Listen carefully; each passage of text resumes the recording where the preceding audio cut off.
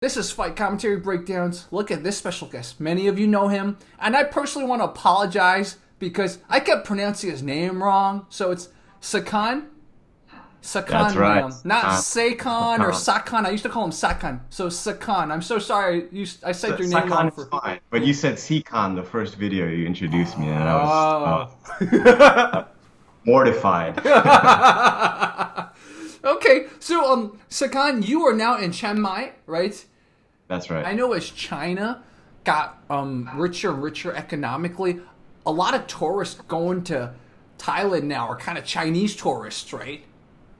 That's right. That's right. Man, and now they just fled back to. Yeah, now of course not anymore, but yeah, like before the lockdown. They're just totally isolated right now, actually. Yeah, my cousin, he liked Thailand so much he traveled twice to Thailand with his now wife, but back then his girlfriend. So I know like Thailand as a tourist destination, Chinese people love it. Oh, it's perfect for them, and they come in hordes. Oh yeah, exactly. I'm sure there's probably everyone's got like Chinese tourist stories in Thailand. Horrible. We had one story in Chiang Rai, which is an hour up north, and they have this beautiful white temple, very interesting, and have these images of the Buddhist hell, people coming out of it, and it's just pure white. But there was like a huge busload of Chinese tourists, and they came in and they decimated the bathrooms. They absolutely destroyed the bathrooms. It got so bad to the point where they had to have like a notice that had to shut down and stuff like that. Wow. Horrible. Yeah, I've seen similar stuff like that in China. Like in China, for example, especially before China went into the new century, in the late 90s when I was living in China, the problem with a lot of tourist destinations was that they didn't have signs saying where the public restroom was. So you got to the park, maybe you drove 2 hours, you were on a bus for 3 hours, you're looking for a bathroom, you can't find it. So what do? You kind of just like squat somewhere and let it out. And I was guilty of it. I'll since I love Sakan so much, I'm going to tell this story, embarrass myself. I went to the place where they bred pandas, okay? Not my proudest moment. Place where they bred pandas. This was the late 90s. The place I'm sure has changed, okay? Like Julia Roberts, Whoopi Goldberg, they've done documentaries there. In the late 90s, that place, I couldn't find the public restroom. So I went into the bamboo forest and I took a dump, protected endangered pandas. I took a dump, in their forest. So, but I couldn't find the bathroom. I looked, man. I couldn't. At least you try to find a secluded spot. Yeah, I found a secluded spot. Yeah. Some of these Chinese tourists, they have no shame, and they'll just do it like right out in the open.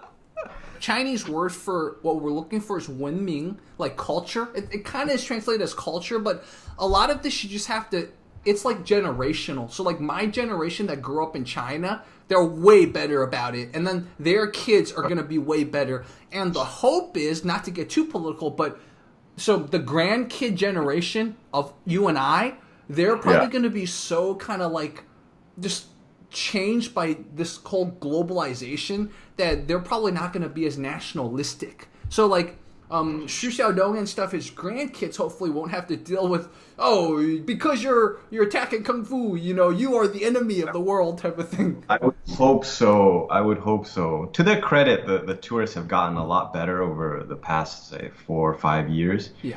But I think they had to have a lot of training, or else their social score would have dropped. Yeah. And I know when the 2008 Olympics happened in China, they had to teach people to line up because, they didn't want the entire world to come and then like every athlete, every family member of athletes, every tourist would just get squeezed out of line because that's what used to happen.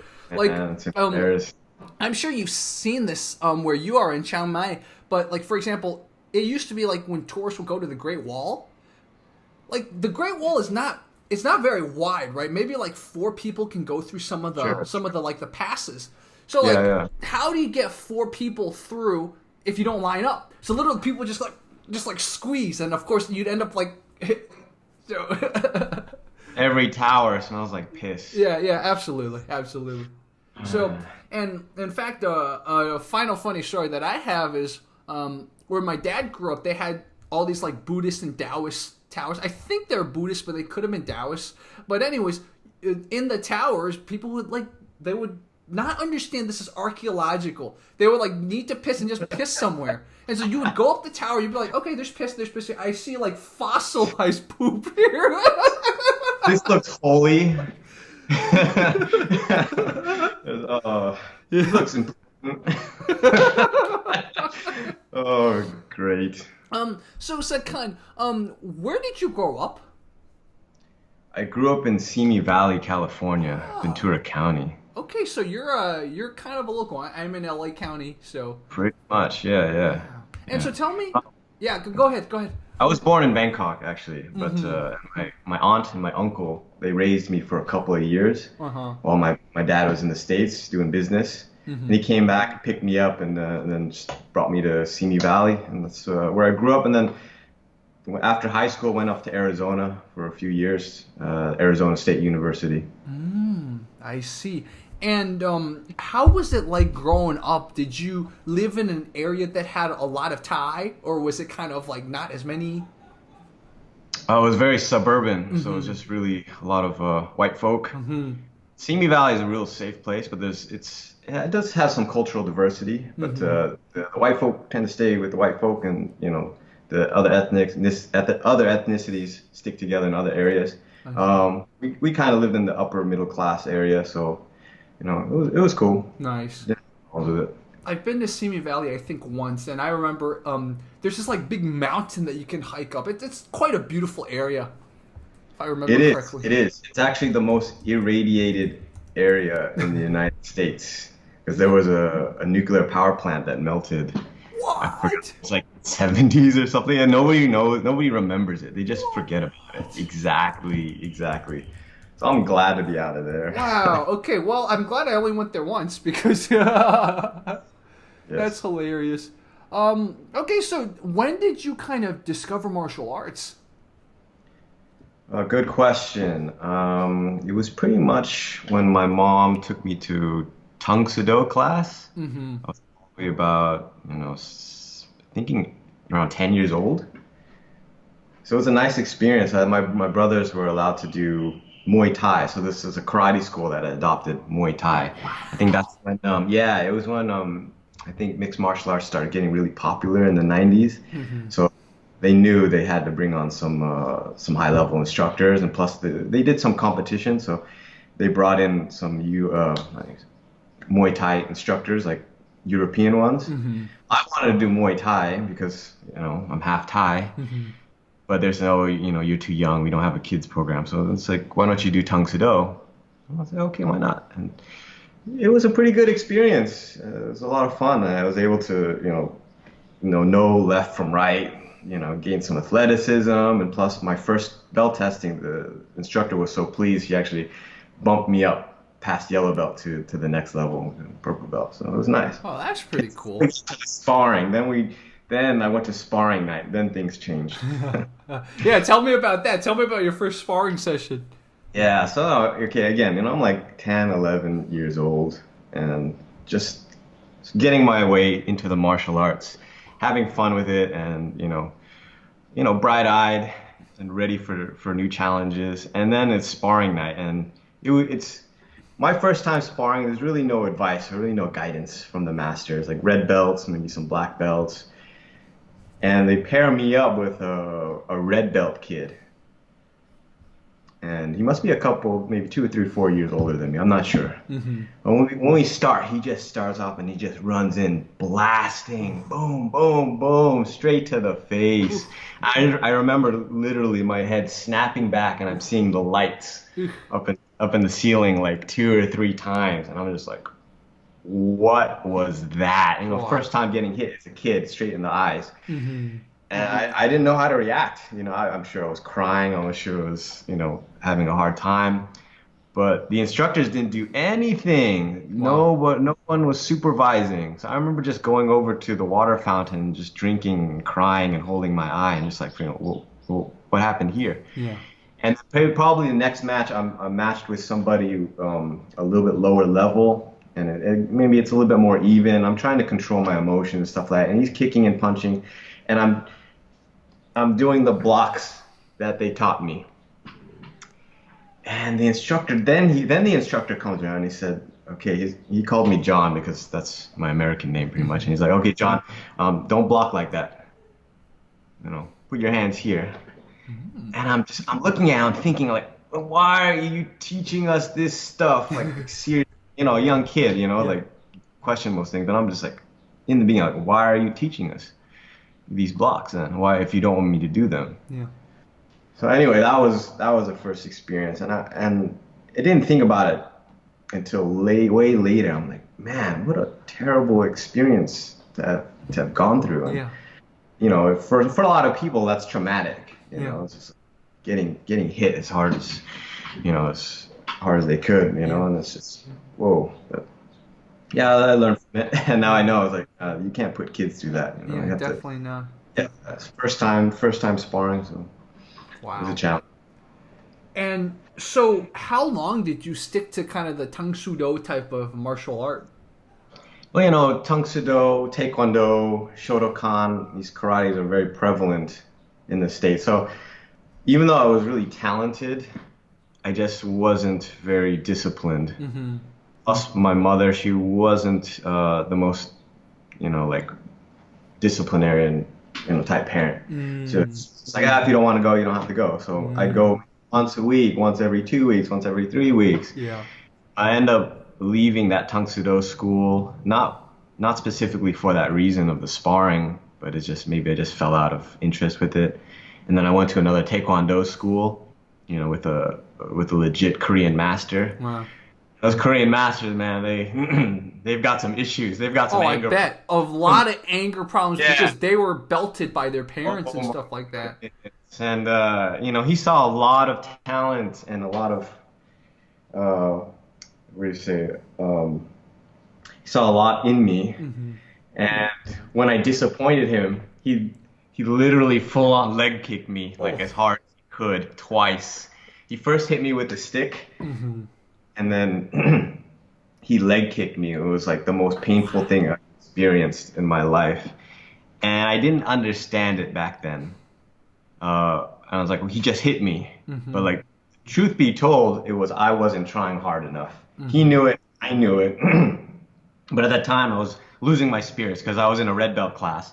And I was like a purple belt. And it was kind of out of my league. Mm-hmm. I wasn't really getting the technique and I was getting tired. And so the master just saw me kind of just going through the motions, not putting enough effort into it, and he just destroyed me. Wow. I was like, okay, I'm done with this. I had enough. And looking back on it now, I understand why he got angry, but it was just,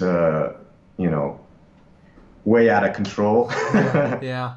And it's almost like, when I did Kung Fu in China, the instructor would hit me all the time because I was one of those, I had a little ADD, right? But when you hear about like Korean instructor in America doing it, it's like, whoa, man. You can tell these are like, if word got out, he'd get in so much trouble. Yeah, he must have been protected, he must have been protected by business or, industry. Exactly. Wow. Okay, so you did Taekwondo under a master. I'm sure you also grew a lot as a martial artist under that too. You probably learned how to kick really well. Absolutely. Yeah, I gained a lot of my kicking skill and stuff like that. I learned how to spar a bit. After that, then we did Kung Fu. So me and my brother, we took a Kung Fu school out in Van Nuys. Mm-hmm. It was really far. It was like 30, 40-minute drive. And the instructor was this black dude named Sifu Mike Marshall. Mm-hmm. Really cool guy, really skilled, really talented. And it was a northern praying mantis style. Ooh. Very cool. Yeah, very interesting. I liked the techniques. And it was a lot of fun, but the only problem was there wasn't any sparring. You get a lot of free time in Kung Fu, so you get time to practice your form and mess around or, condition yourself. And then every once in a while you'll play around sparring with your partner, and it's just not up to standard, unfortunately. And the problem with that, the Sifu, he had a falling out with the Grandmaster. I don't know what happened, but obviously somebody wasn't happy with the deal and he ended up leaving. But anyway, it was way too far for me, and my mom was having trouble getting me over there 2 or 3 times a week, and so kind of kind of left off there. And then next I joined Chinese Shaolin Center, or otherwise known as Shaolin Do in Thousand Oaks. So I had a long running school for a few years. And I got to about green belt. That was my Kung Fu experience in California. I see. I see. I gained a lot of. The thing about the Shaolin Do school, people criticize it a lot, but there was sparring every class. Wow. Every class there was sparring, and of course it wasn't full contact. You wear a mouthpiece, and that's it. And you just go light contact. You practice your techniques, and there was contact. So, I gained a lot from that because some people went quite hard, and some people went really soft. So you get a lot of different energies. Yeah. And you learn to control yourself, especially. So makes sense. And yeah, you kind of learn to also be that kind of partner that everyone wants to spar. Like some people who don't want to fight too hard, you learn, okay, I'll go at your tempo. And then that way it's like you don't give them the thing you experienced when you first sparred the first time, which is... I was the partner everyone wanted to spar because they either could have a lot of fun sparring me and learn a lot, or they wanted to best me. So, okay, this young, talented kid, let's try to smoke him. Makes sense. So I think the next part would be just to ask what probably a lot of people want to know too. How did you get in touch with Jake Mace?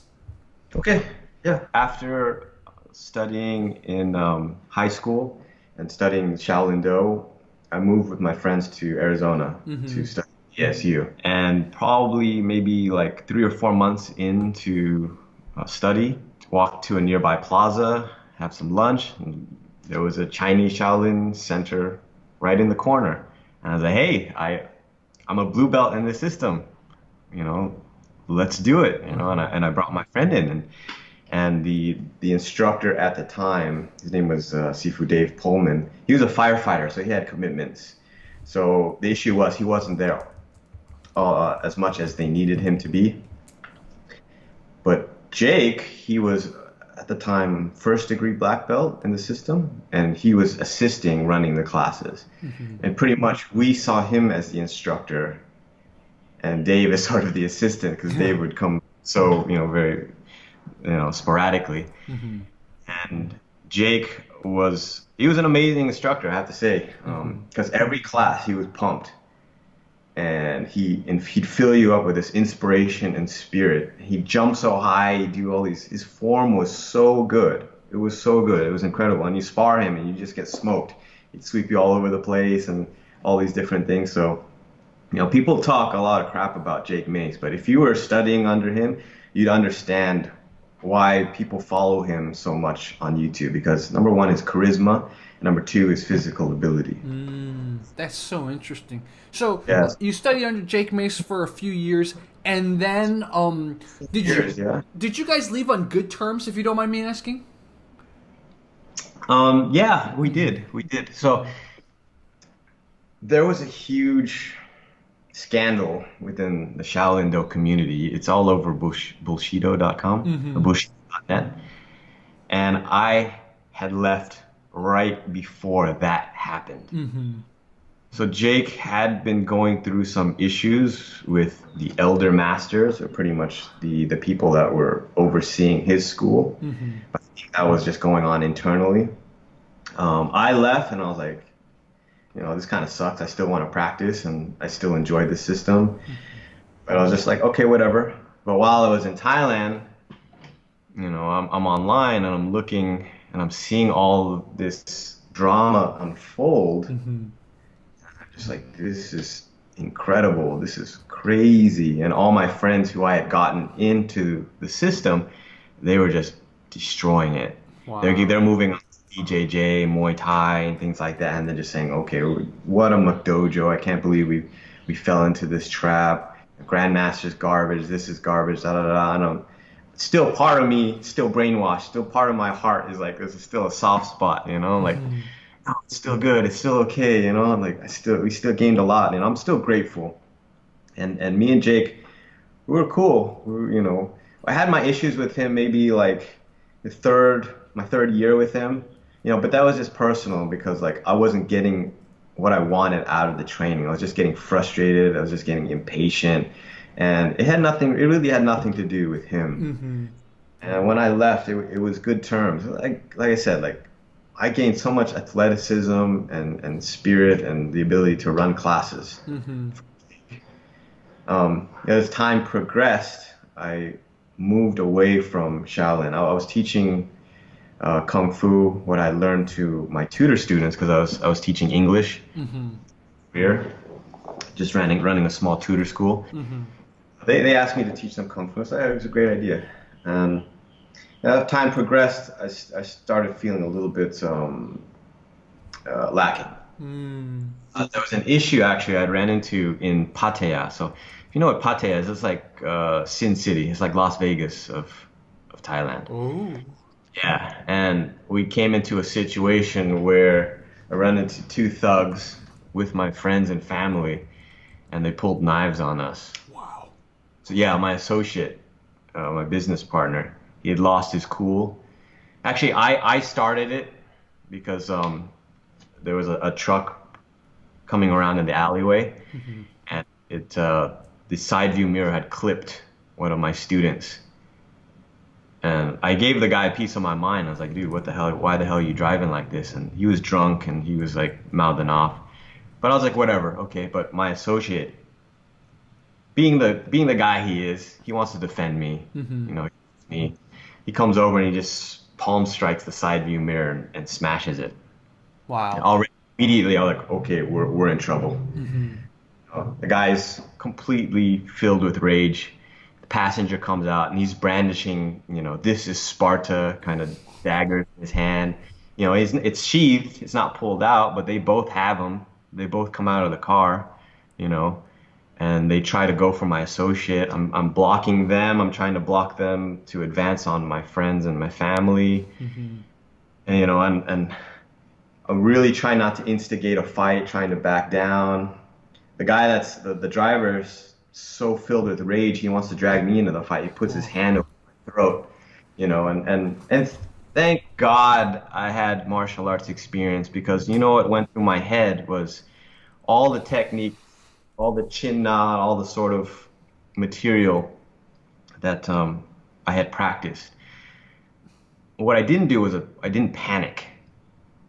And I recognized that he wasn't squeezing my neck. He was just kind of more like threatening. Yeah, I knew he wanted to drag me into violence. I knew he wanted to make me a target, but he didn't have good reason to. He wanted to kill my associate. So with that in mind, I just pushed his hand away and I just put my hands up and I said, please, just go. Just go. And they left, which thank God was a miracle because it would have been a 2-on-1 with knives and I would have been dead. Wow. Or seriously injured. So after that experience, this is the reason for the story. After that experience, I realized I'd been training Muay Thai just for fun. And what came into my mind first when he approached me was like, oh, jab cross or knee and stuff like that. And I'm like, guy's got a knife. What is that going to do? Like, unless I knock him out. And what are the chances of you knocking out unless you have like, a perfect punch? And I'm just like, okay, it's dumb. All right. And then he put his hand on my throat and I was like, okay, chin na. And I'm like, well, what experience do I have with these weapons? We know how to use the Chinese broadsword and the spear and stuff, but like no experience in this context. So I said, Muay Thai failed me. Kung Fu failed me. I need to do something more. So while I was in my wife's hometown, I was sort of researching weapons training and I came across Krav Maga and then Filipino martial arts. And there was a specific channel, which is Blade Society, which really caught my attention. I was like, okay, that looks practical. That looks effective in that situation. So then I just started pretty much my journey of self-study of the Filipino martial arts online, studying whatever I can get my hands on, like Kali from Inosano Academy or whatever was available online, I would study it. Wow. And I had done so much study and practice, and I was like, well, I need to give back a little bit to the community. So that's what started my YouTube channel. When I did meet my core combat instructor in Chiang Mai, I moved from Surin, which is the northeast of Thailand, to the north. I was able to jump into class. I know the angles, I knew the movements, and he was just like, yeah, like I was like a long-time student pretty much. So Wow, that's awesome. Like, some people aren't able to kind of pick up much from studying from videos, but it looks like you did that, which is awesome. And I guess that's some advice I would love to get from you for like people who maybe now they're at home or something, they're looking for videos for their self-study. What would you recommend? How can you tell like the difference between a good video and a bad video when it comes to teaching technique and stuff like that? that's why you have to have a base. I couldn't do any of this self-study unless I had all these years of training in a gym, in a dojo, and having a coach. You got to have that. There's no substitute for having that base. Exactly. And you got to put in the mat time. You got to have the hours. Because you get people that come into my gym and they'll train and they'll progress and they'll gain a lot of skill within the first month to 2 months. But the third month comes around, they start to slow down, and you can see in their movements they start to really doubt themselves. They start to really hesitate. And I ask them, what is the issue? And the issue is almost always that they start researching on YouTube. Oh. They start overloading their system. They start looking at this video and that video, or this tip and that tip, and they lose it. And they stop listening to my advice, which, of course, there's better advice out there. But when you're with the coach, you got to listen to the coach. Yeah. They think of too much. They're trying to incorporate too much, and it just doesn't work. You can see it in their body language. You can see it in their movement. So you have to have a coach. You have to have, somebody to guide you in the beginning. And even for me, even for my training, I still need that coach. I still need that guidance. The online stuff is just supplementary. If you're going to really study online, do the live streaming classes, do the live streaming sessions, but use the videos as an extra, as a reminder, as an assistant. Makes sense. So you started and progressed a lot in the Filipino martial arts, and so a lot of the bladed stuff. What were some of your favorite things to train in the systems that you started training in? My favorite thing to train, I just have a fascination with swords. I don't know, I think it's just in us as like geeks and nerds. Something about swords makes you feel so special. Yeah. So it feels really nice because the way you can cut and you can get these like nice angles, and it's really just about the movement. In the beginning, you go through this sort of like crazy phase. You start to worship the blade, and you say, okay, I don't need to practice any of these other martial arts, like kickboxing and boxing and Jeet Kune Do, whatever. It's like, as long as I have a knife on me, it's the ultimate, martial arts and self-protection tool, which it's sociopathic. You have this mentality that said, okay, I can kill and pretty much murder anybody I want. Anyone who I run into the street will be no match for my knife, which a lot of Filipino martial artists and knife enthusiasts have. So it's a very dangerous attitude. So since growing as a martial artist, I've kind of cut that attitude out of my training and my life. I don't really carry weapons or live blades on me. I keep them handy at my home, but I don't carry that stuff. So, but anyway, I still have a love and appreciation for the movement. But the reality is, how practical are these things? The most practical thing you can learn with the blade is pretty much just how to pull it out and threaten with it. Get away from me. Saying these things, and that's pretty much it. Because I don't think I could bring myself to stab somebody unless it's like super, super life and death situation. And I think as a martial artist and a human being, chances are I'm not going to run into those situations. Yeah. I've talked about this on my channel before, but when I was 9 in China, like I carried around a box cutter, and there was this bully that was messing with me, right? And he literally put his hand to my throat, kind of like the guy who was messing with you. He wasn't choking me; he was just trying to intimidate me. So I took out my box cutter, and he saw it, and he didn't take his knife away. So, like, I in my heart, I remember saying to myself, he's basically asking to get stabbed.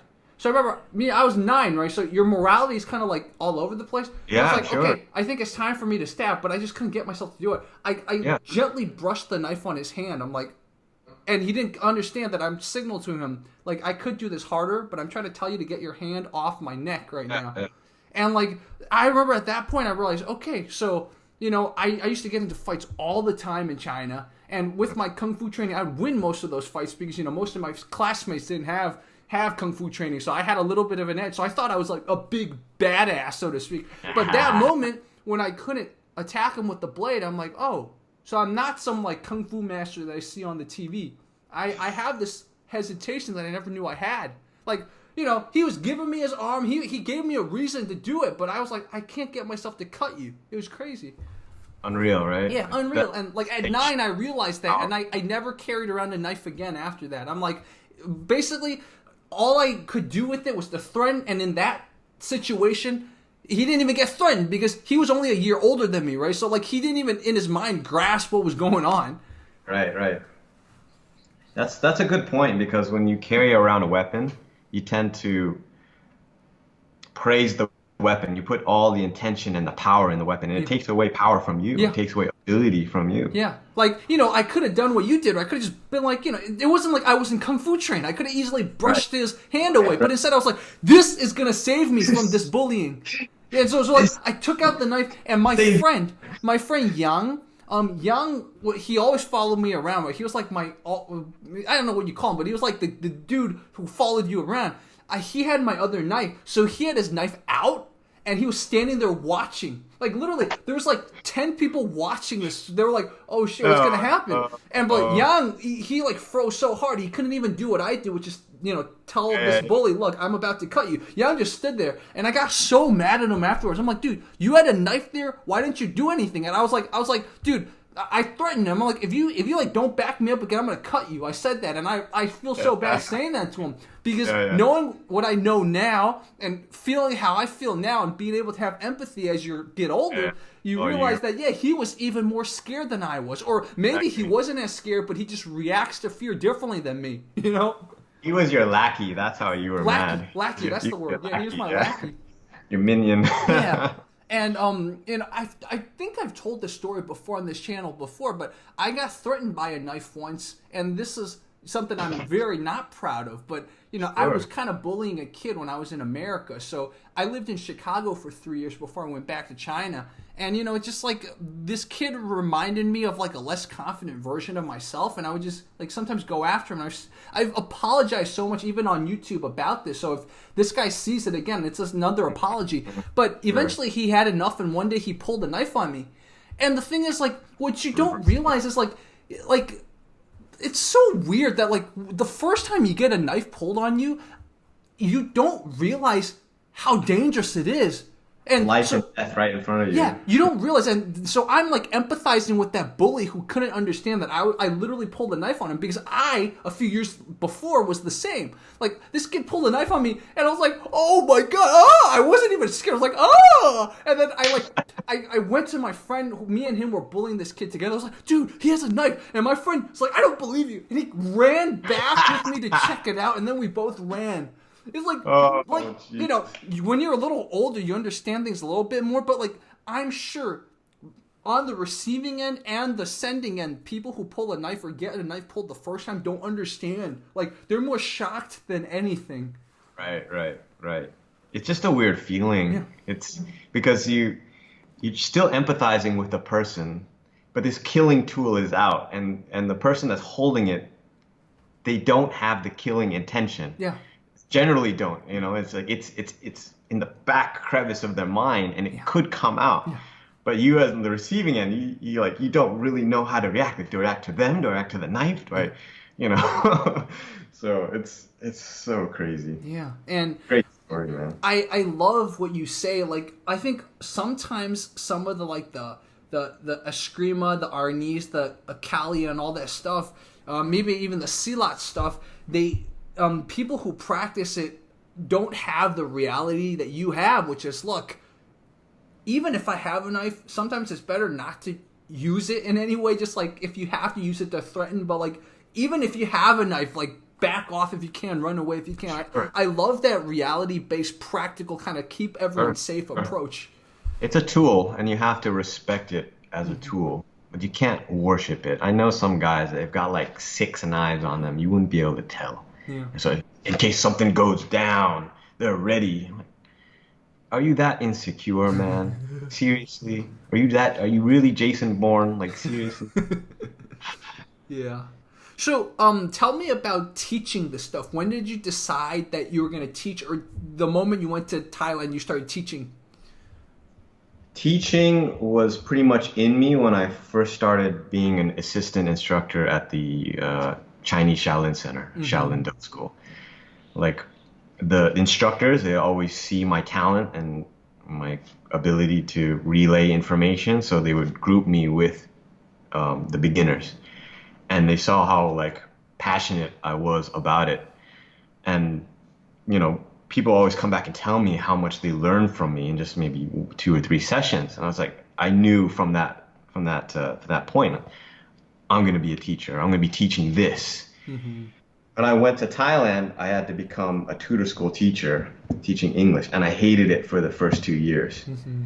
It was so rough. It was so different from teaching martial arts.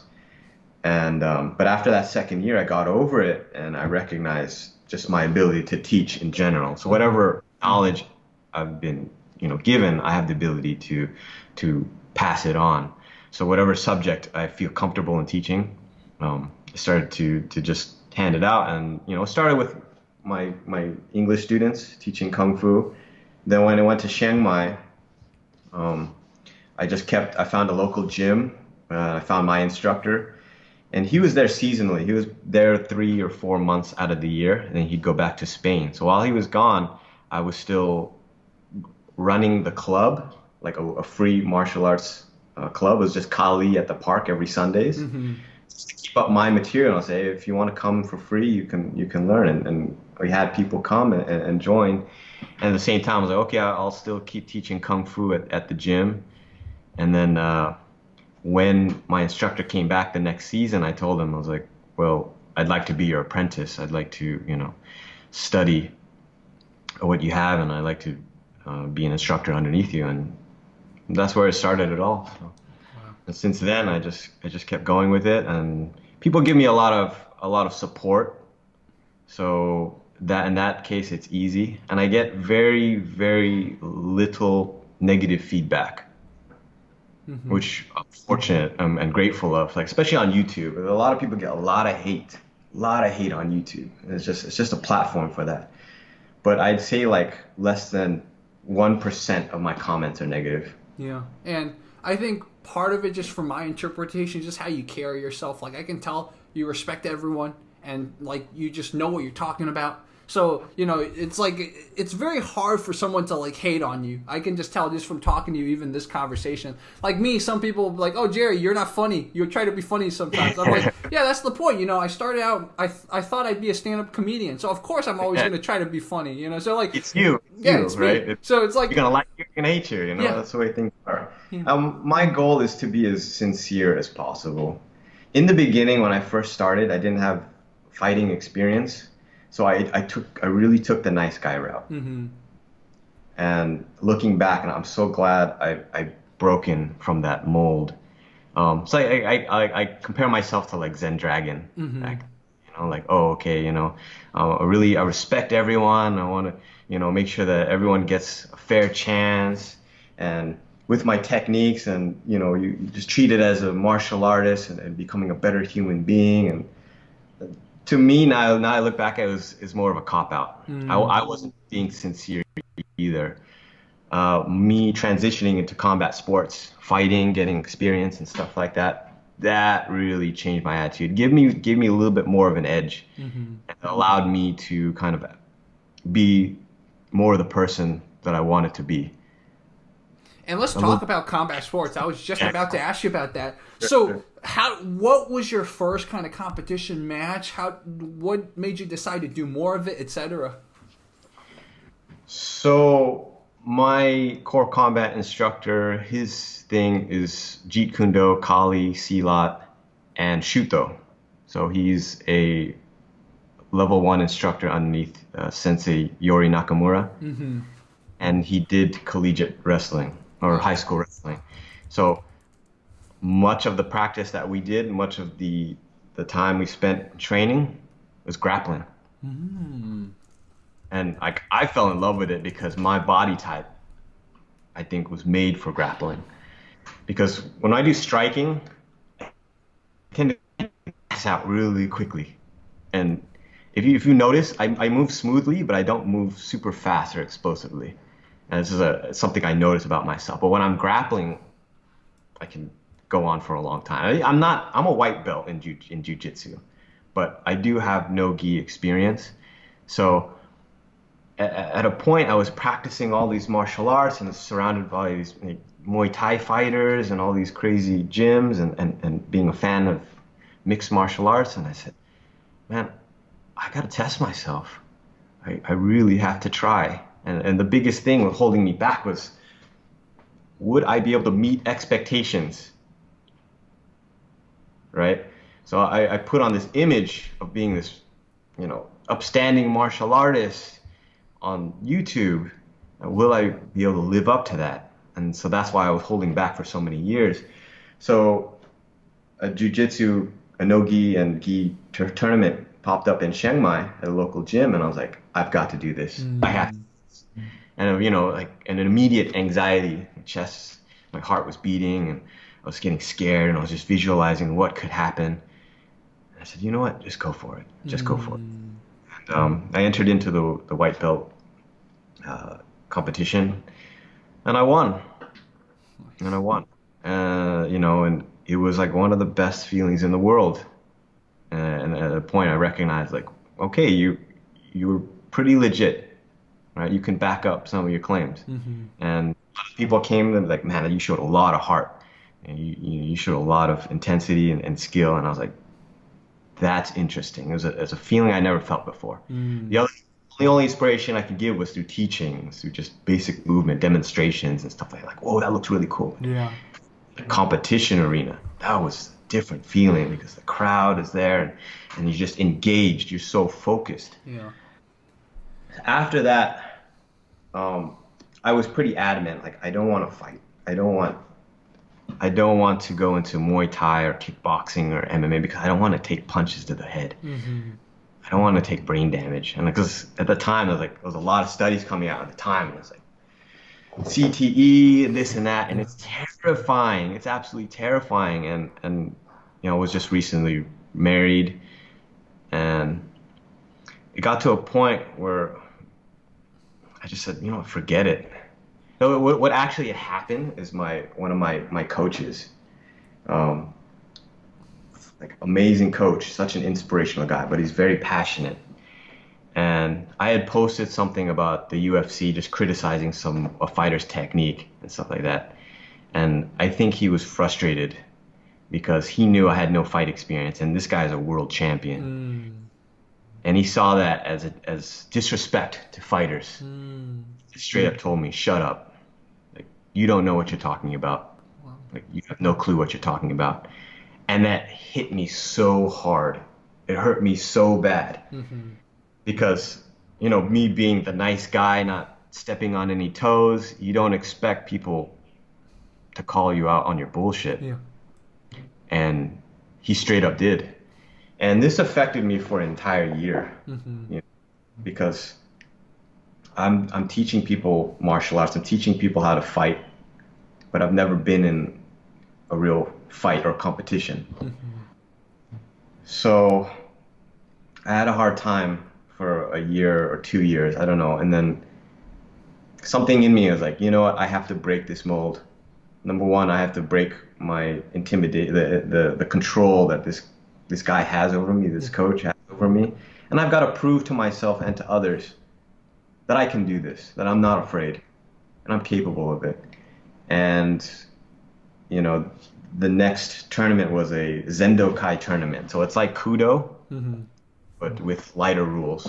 I was like, you know what? I can do this. can do it. I'm capable. And I went into it with a friend. I joined up with a friend, and it was one of the funnest experience I had in my life. Wow. And I lost the first match.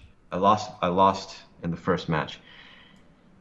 But like I didn't care. I was just like I did it, and I proved to myself, I proved to this coach that I have what it takes. Mm-hmm. And so that was a start. And it's an entry level way to get into competition. I think people they'll try to jump into high level competition too quick, especially in Thailand. Oh, you train Muay Thai, we'll get you a Muay Thai fight. I'm like, think about it. You have to get into a ring, a lot of people there. You can see your face on the event page. It's too daunting. It's too much, too fast. Yeah. So I think there are different mediums. There's different ways to get into combat sports, and I think the best way is jiu-jitsu by far. And then the next step is like say maybe light contact, taekwondo, karate. And karate gives these great events for people who are really interested into getting into combat sports. It's a great opportunity for them to start. Mm-hmm. Anyway, after that, I just had the bug, and I just said, you know what? One was not enough. For some people, one is enough. It's, I fought, and I'm happy. Mm-hmm. No, I was just like, I gotta keep trying. I gotta keep going. And it was a great feeling because, like, I'd say 80% of the martial artists in the industry have no combat competition experience. Mm-hmm. So it gives me that edge. It makes me one step above because I know what competition is like. Mm-hmm. It's the closest thing you can get to a real fight because you get the emotions. And even then, it's even more difficult because you have this gap between the event and the training. And it's that you have to deal with that ever-lingering fear of what your opponent is going to do to you. And in the street, you don't get that chance. Yeah. You like the fear element is kind of just not there. You're just numb to it because you gotta fight, flight, or freeze. Yeah, exactly. So. Yeah, that's so interesting. Yeah, like you say something which is so interesting because outside of a combat sports context, fight, flight, freeze, maybe hide or call for help. Maybe those are like your 5 responses, right? Sure. But the problem is in the combat sports arena, you I guess you could fight or flight. You can't like freeze. If you freeze, you get punched in the face. You can't hide because there's no place to hide. So you literally have to fight or flight. It's horrible. Yeah, and I guess you could technically call for help, like you say a forfeit. But then, that most people won't do that. So literally, your adrenaline reactions are kind of limited by... So in a way, it's so interesting you say that. The combat sports arena actually is even scarier because your options are even smaller. It's absolutely much scarier. Yeah. I'm not saying I'm not saying it's more dangerous, not by a chance. It's way more dangerous on the street in violent situations. It's, in the competition arena, you're just so vulnerable. Yeah. You're so vulnerable. Everybody's watching your every single move. But that's what makes it so good. Mm-hmm. And that's what makes it so inspiring. And like, again, it was my fear of losing or not being able to live up to people's expectations of me. But what happened was I was able to show my spirit. I was able to show my sincerity in the combat arena.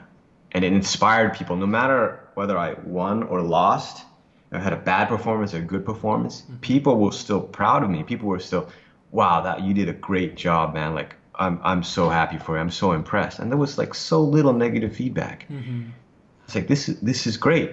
This is perfect. Absolutely. I mean, anyone that can step into the ring, and unfortunately sometimes on my channel, people I feature, like, the audience will just be like attacking them. I'm like, dude, the person stepped into the ring, man. Come on, like at least give them credit for that. But sometimes that point just doesn't get across to the audience. Like even some of the Shu Xiaodong fights, like the fight where he fought the Kung Fu master who had to get bandaged up.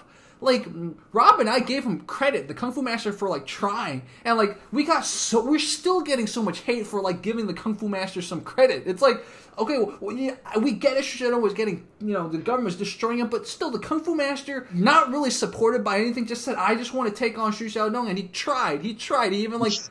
That's the most important thing. You don't know how difficult it is to show up. Yeah. Like, you have to have some stupid, ridiculous amount of courage just to step onto that mat. Yeah. Like, every single time, every fight, it has not gotten any easier. It's not gotten any better. I've had probably 10 full contact matches. Mm-hmm. It's still difficult. I'm nearly peeing my pants before going into the ring or the cage. It's so hard. Like, I'll go to my coach. I'm shivering, shaking. I'm like, I'm scared. I am scared. As soon as you get in there, it's all gone. Mm-hmm. But it's so ridiculous. And even in my first MMA amateur tournament, I'm the team leader. I'm the head coach. I'm leading these guys in the battle. Before my match, I'm shaking in front of my teammates. Mm-hmm. They're like, dude, you okay? I'm like, I'm scared. Mm-hmm. Wow. Which is ridiculous. It's absolutely ridiculous. My students, on the other hand, super calm, super composed. I don't know how they do it, which is great. I'm super proud of it. But yeah, it's something else. People that are criticizing, they've never fought themselves. They never stepped up to the stage. Mm-hmm. And I would just empathize with people taking that step right before getting into the cage or the ring. Just empathize. Put yourself in their shoes or into their position and understand how scary it is, because the other person is going to try to knock you out, try to cause you as much physical harm as possible. Yeah. That's the feeling. And I'm so glad you shared this, because I've heard stories, I don't remember who told me this, but even Mike Tyson, before a boxing match, Mike Tyson, I believe he would throw up. But then once he got into the ring, he was Iron Tyson, man. But even before, everyone experiences that before the walkout, even during the walkout, they're literally just about to die inside. It's crazy. You are a scared little kid before getting into the ring. It's so horrifying. I hate it. And this is the reason why I do not like fighting. I really dislike it because of that and because of the training. But the experience and the growth and the transformation you get out of it is so rewarding. Yeah. It's so valuable. I bet. It's not for everybody. That's for sure. Not everybody can do it. But the select few that can, props. And try not to bully, try not to criticize if you've never done it. And then, to be a full-fledged martial artist, you don't have to do competition. You don't. But you have to understand, this is how you get tested. This is going through the fire. Yeah. Exactly. Wow. So, I'm actually reading a question from Zen Dragon right now. Zen Dragon's asking you about silat, the ground skills from silat, and some of the Filipino martial arts you do. Are you able to apply any of that in BJJ or MMA competitions? Actually, yeah. You'll see snippets of it, kind of glimpses of it. So silat, they have a lot of ground movement. We call it harimau. So you fight from a seated position. So, in Southeast Asia, everybody sits down. Mm-hmm. They sit to eat. So they expect that an ambush or an attack would come when you're in the seated position. So you have to move your body in certain ways and then kind of flow. And in my second amateur MMA match, the second round in the tournament, I had taken the guy down, and it was in sort of this kind of S-mount position, you would call it in jiu-jitsu. Mm-hmm. But for me, that was more of just the harimau tiger pose. I had my leg wrapped over him, on top of maybe his arm or something like that. And I just felt comfortable. It just reminded me of silat. And I was able to just land a few ground and pound punches and things like that. So my overall mobility is different than most wrestlers and BJJ practitioners. Mm-hmm. I think I'm a little bit smoother, a little bit sneakier, just because of my silat training. Makes sense. If you're used to sitting down. And being an old school b-boy. Oh, that b-boy. I mean, a lot of the 10th Planet Jiu-Jitsu guys, a lot of them used to b-boy, and I guess makes you flexible, makes you able to move your body. The 6th step is a sit out, a duck under, So it gives you that slight edge. I'm not gonna say it's like, oh, I use it, move for move in my fights, but it gives me a foundation of movement. Like you see Tony Ferguson do all that weird stuff, Yeah. right? You laugh at it, but that's what gives him that slight edge. And I think that's what we need as martial artists to excel in the world of combat sports. You are married now. Is your wife a martial artist slash did you meet her doing martial arts? No, she's not a martial artist. She's a chef and she's a manager of her family's hotel. Wow. She appreciates it, she likes it, but she just doesn't have the discipline to go through it and the toughness necessary. And when I teach her, I'm a bit harsh on her. I demand too much out of my loved ones. Just like, you know what, it's okay. You wanna do Zumba, you wanna do yoga, that's fine with me. My daughter is the same. She in the beginning she loved punching and kicking, and then now she's like, I don't like it. And Muay Thai, UFC would come, she's like, I don't like that. And she's more of a dancer. I will make it a requirement for her to be able to defend herself. That's the base requirement. And if she wants to progress, if she wants to learn more, then she's welcome to. But I'm not going to force it on her. Exactly. And now that you're married and you have a daughter, does that ever weigh on you in any way when you train martial arts or maybe go into a competition? Or does it give you extra kind of more incentive? It's so difficult. That's a good question. So the first competition I had, the Zendokai one, I said, I was married at the time, so I was just like, okay, I don't have too much responsibility just to my wife. I just make sure I come out of it safe. Yeah. When I went to my first amateur MMA competition, that's when I had my daughter already, she was 2 years old. All that I had in my mind from beginning to end is get back home safely. Get back home safely, right? I'll be happy as long as I'm not badly injured, permanently brain damaged. Yeah. So I went into that tournament with the mindset of protecting myself, defending myself. So if you can watch the matches online and you see it. I'm not very aggressive. I'm very defensive, constantly circling it. And it's not a very exciting match. It's a boring match. But I came in at second place. I felt like I did a good job. I came out with very little damage. I got the experience I need. I had 3 fights in one day. Of course, I got creamed in the final fight. But while I was getting ground and pounded, I covered against all the punches. No punch landed cleanly where it bounced my head off the mat. And I was thinking, I need to get back home safely. So instead of just taking the beating, waiting for the ref to stop the fight, I tapped the mat. I tapped her. I could have tried to shrimp better, but it's just I was getting overwhelmed. The guy that I fought had way more experience than me, like years beyond me. So I could tell like I'm not getting out of this unscathed. So anyway, that affected my performance because I was so worried about bringing it into the household.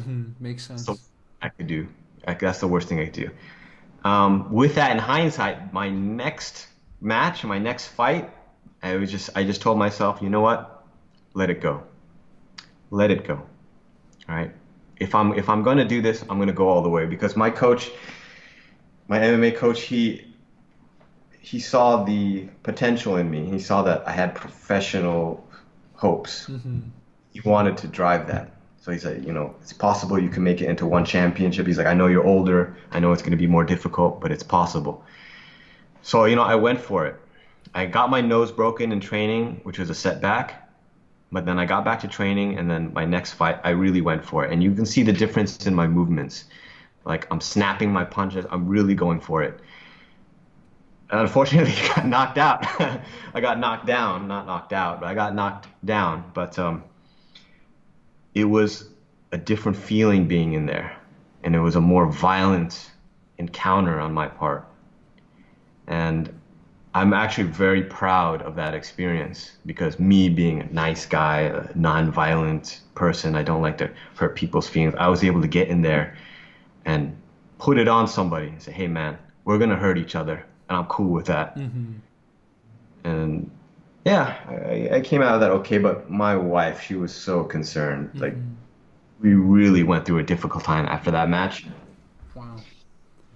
So, yeah, Yeah. it's tough for a partner to experience seeing them their husband getting knocked down, getting hurt, seeing them get their brain joggled and Ugh, yeah. being messed up. And I understand that. I understand, but on my part, I feel like I'm a sensible person. I know when it's time to hang it up. Mm-hmm. That's the biggest thing, knowing when it's time to hang up. Yeah. Um, I'm getting older, and now I have the responsibility of my daughter and my wife, and I really do have to think about business. Mm-hmm.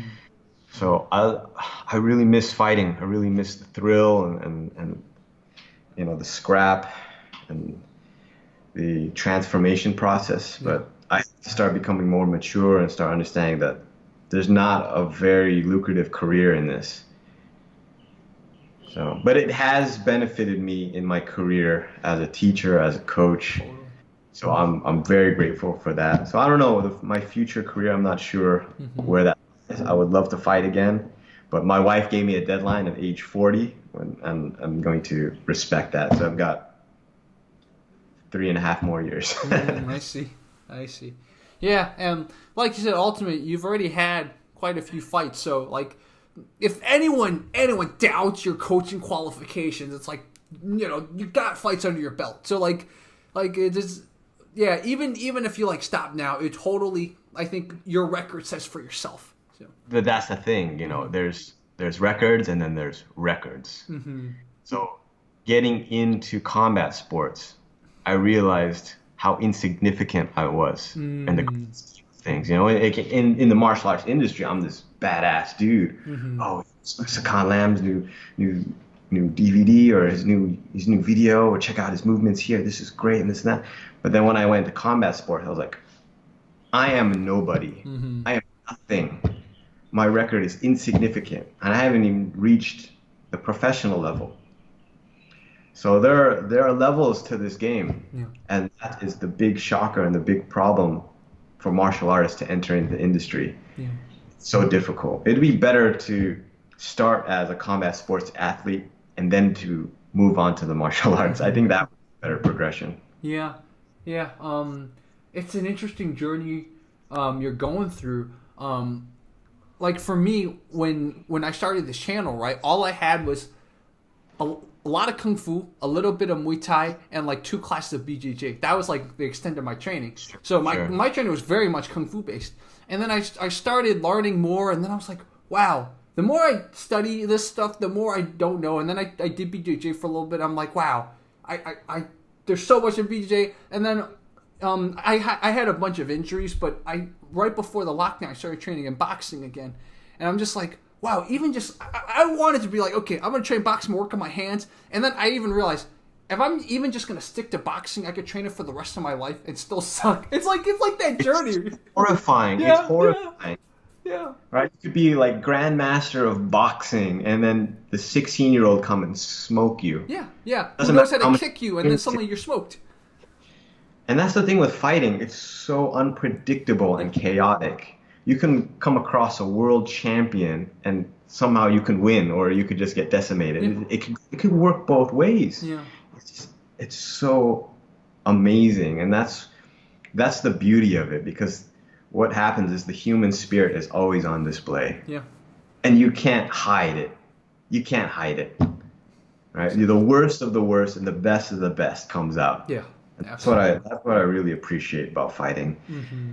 But yeah, I don't want to get too caught up in it, because you know what it's like with the meatheads and stuff like that. It's all about competition and all about, and I have appreciation, a deep love and appreciation for the martial arts as being an art itself. Yeah. I still practice the traditional forms, katas, and I still have a soft spot for it, and I see the value and the benefit of it. And I'll still do, compliance drills, but I have to make sure that it's balanced with live training. Yeah. So It's a balance. You can watch something and just say, oh, that's crap because there's no resistance in it. Yeah, but you have to start from somewhere. Yeah. You have to understand the feed. You have to understand the drilling. All my mixed martial arts training is the same as my traditional martial arts training, right? You start with a feed, right? You start with basic stuff, right? Predictability.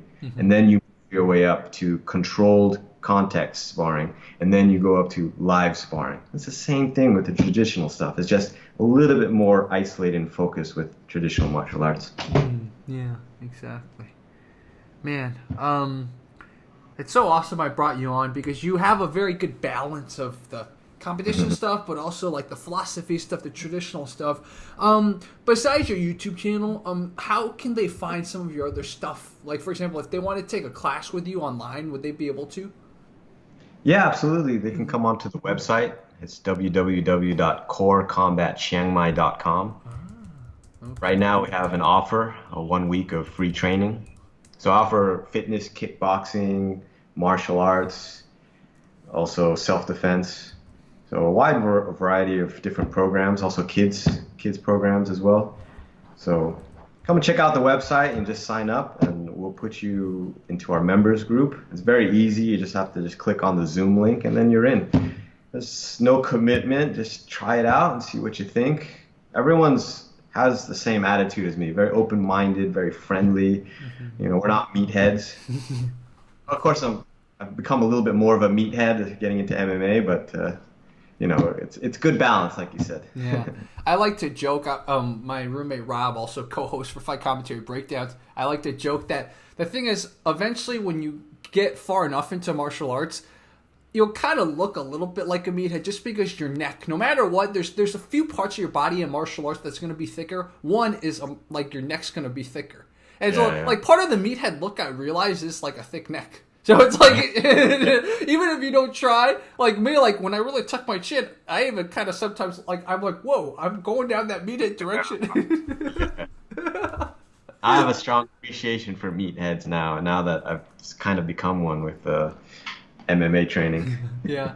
Yeah, you realize it's, you know, even being a meathead takes work, man. And these muscles die very easily if you don't eat right or if you don't train. You skip like a week of training, you lose like half your muscle. It's testosterone. Yeah. It's testosterone. It gives you that edge, Yeah. right? It's you know, you don't want to be that pushover. You don't want to be that nice guy all the time. You know, you got to stand up for yourself. You got to have that attitude, and that's what I really appreciate, you know, about MMA training. You got to have this toughness about you. It's like nobody can stop you. Yeah. You know, I'm gonna knock you out, bro. Yeah. You know? People laugh at it, but seriously, you need that mentality You need it. to your competition. And another reason to need it is even sometimes in training, if you don't have that and you unfortunately get a bad training partner, some people will prey on that nice person. Like it's happened to me before, and they'll just oh, he's nice, I'll just go overboard with him. Yeah, and it's so easy to blame it on being a beginner. Yeah, like, exactly. I'm a beginner. I'm a beginner. Like, okay, you're a 5-year beginner. Like, seriously? Yeah. It's like you were put into this like uncomfortable situation that kind of represented a fight, and you just crumbled. Yeah. Like, Yeah. seriously? So yeah, you do have to step up. You do have to have that meathead mentality every once in a while. Yeah, exactly. You know, it's so interesting your journey too, because you used to be a self-professed nice guy and stuff like that. Do you have any like courses or stuff like that? You know, like the Gracie Academy has like bully proof and stuff like that. Do you have anything like that for people? Because I think people hearing your story would probably want to learn that from you, like how to be more assertive, how to potentially, you know, just like occasionally be able to be more firm. Like I call it firm but good, right? So not nice, but just firm and good. Like so you can be firm but like still have everyone's intentions. Yeah. You got to be dangerous. You got to have this dangerous edge about you. You know, people should look at you and say that guy knows how to handle himself, and that's what a true martial artist is. Yeah. I don't have a course like that, but that is a great idea. Yeah, and so potentially, guys, if you guys want Sakan to give us a course on that, let us know. And Sakan, if you do create one, I would love to interview you when you get that course out. I would love to, you know, put people through that course. I would love to help people in that way, because the original goal of me teaching the martial arts is to grant people the same benefit that the martial arts has given me, confidence. And that's what you can do, anything with confidence. Yeah. And I think another reason why a course like this is so needed is because I've also met people who unfortunately don't understand nuance, and they will always react a way that's not appropriate for the situation. Right. Sometimes it's not necessary for you to throw a tantrum or not necessary for you to stand your ground when you don't have the right information yet or something. Right? So like sometimes people need to understand, and I think people who used to be kind of nice guys who kind of just like found a better balance are really good at teaching that, because part of the reason why people usually are very nice is because they know how to be considerate. They know how to empathize. Right, so it's exactly. like you have that. You can also teach people, okay, how to not go overboard. If like you're eating at a restaurant and a waiter comes and takes your food away, do you automatically be like, hey, don't take my fucking food away? I'm eating this. Or maybe the waiter saw that the food was contaminated, so the waiter's like, getting it out of your way as quick as possible. So like the first step would not be, it'll be like, hey, what's going on? Tell me. Don't be like, I'm speaking from experience. That's why I've met people like that. A knee-jerk reaction. Yeah. People, they put too much stock in their reactions. Yeah.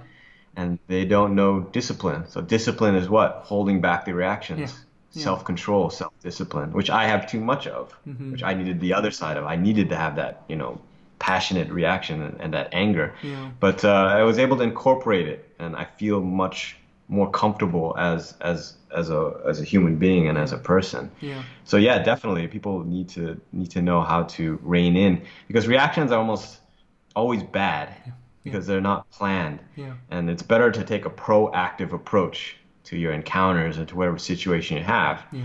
And how do you be proactive? You have to plan, and you have to be mindful of whatever you do. Exactly. And I feel like either way, whether you create this course soon or like in a year, I should just bring you back. Okay. We should just talk about this, because like social skills, life skills and stuff, these are things, especially on another channel of mine, I talk about a lot. Unfortunately, that channel got too controversial, so like I'm not favored by YouTube's algorithm, but I would totally love to talk to you some more about this, because like as society becomes more screen and phone, I find more and more people just don't even know how to have basic conversation. Like it's so needed now. Like I'm not gonna say who, but like I've even interviewed people who like the interviews were kind of like I'm trying to throw a point at you. The point is not for you to completely disagree and like completely like stop the point. Like these are kind of things that like me and you talking, right? Like we're flowing very well because we're like being considerate, we're building, right? But like some people don't even get that first point. Like if I throw out a point, does it always mean you have to disagree with it? And some people like don't understand that. And I'm like, how do people who are in their 30s, 40s not understand that? I was going to say, I saw one of your interviews and you were trying to connect to the guy like straight off, and the guy just immediately starts talking about himself. It was like no context. There was no, there was no segue into it. And I was just like, that was odd. That was really odd. So it's good. I feel so grateful that I can connect with you as a martial artist and as a friend, and that we can, come across these fascinating topics, because I had no idea what I was getting into. Mm-hmm. I'm sure you had no idea either, but we're both pretty much fascinated and happy to have come across these great topics. Absolutely. So for viewers of Fight Commentary Breakdown and viewers of Sakan, I think there's a lot of great topics in general to explore as a follow-up, maybe 2, 3, maybe 4 interviews, but I'm not going to get that ambitious. But in the meantime, guys, you guys please go check out his stuff. We've mentioned that he rarely gets much negativity, so let's keep it that way. In fact, let's give him even more positivity. So if you go to his channels, go to his social media, please give him more positivity. He's a good dude. And check out his courses too, man. I was just looking at his courses. It's a very cool website. If you guys check out any of this stuff, send it to us. We'd love to see how you do in this kind of stuff. Nice. Yeah. Real quick, I'd like to give a shout out to Sifu Nicholas Lee, Yorkie MMA, represent. Mm-hmm. Yorkie MMA, Sifu Nicholas Lee. I'll also put a link to him in the description and pinned comments and stuff like that. So there it is. Yorkie. Nice. Cool. So guys, Sakan Lam, again, I used to say his name wrong. It's not Sakan, it's Sakan. So Thanks. I've corrected myself. Make sure you guys, if you guys are gonna say his name, Sakan Lam. And Nice. dude, when this lockdown's over, man, I'm totally gonna come visit Thailand one day. We'd love to film man. you. And Sure, if you we're ever come to LA and stuff, Yeah, let us man. know. We're gonna do some commentaries together live. Definitely, man. And once the lockdown's gone and I feel more skilled enough, I would love to take some lessons from you, like learn more striking. I just honestly, I've told my audience many times, like I'm still very much a beginner. I'm more a comedian than anything, but like I want to get to the point where like I can train under someone like Sakan and not feel like I'm completely wasting his time. I don't believe you, man. I know you got skills. You're just hiding from us. All right, Well, thank you for the opportunity, brother. Really appreciate it, Jerry. You guys are doing fantastic work. So I'm really happy to be on board.